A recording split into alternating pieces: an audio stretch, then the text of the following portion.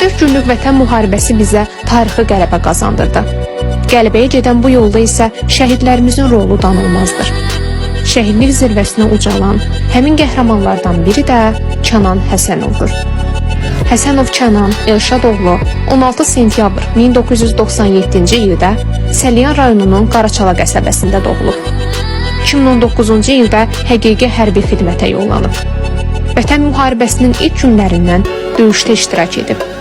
Tapqaraqoyunlu, Talışkənd, Hadrut, Suqovuşan istiqamətində gedən döyüşlərdə düşmənə qarşı fəal şəkildə vuruşub.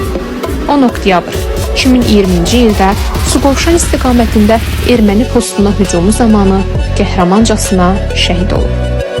Azərbaycanın ərazi bütövlüyünün təmin edilməsi uğrunda döyüş əməliyyatlarına qatıldığı və hərbi hissə qarşısında qoyulmuş tapşırıqların icrası zamanı vəzifə borcunu şərəflə yerinə yetirdiyi üçün Azərbaycan Prezidenti cənab İlham Əliyevin 15 dekabr 2020-ci il tarixli sərəncamına əsasən Kənan Həsənov ölümündən sonra Vətən uğrunda medalı ilə təltif edilib. Şəhidlər təkcə ailələrinin deyil, bütün millətin övladıdır. Vətəni yaşatmaq üçün canından keçənlər heç vaxt unudulmaz. Vətən uğrunda can verənlər heç vaxt unudulmaz. Onlar ölümə meydan oxuyub bizə azadlığı bəxş etdilər. Siz bizim qürurumuz, şərəfimiz, ölməz qəhrəmanlarımızsınız.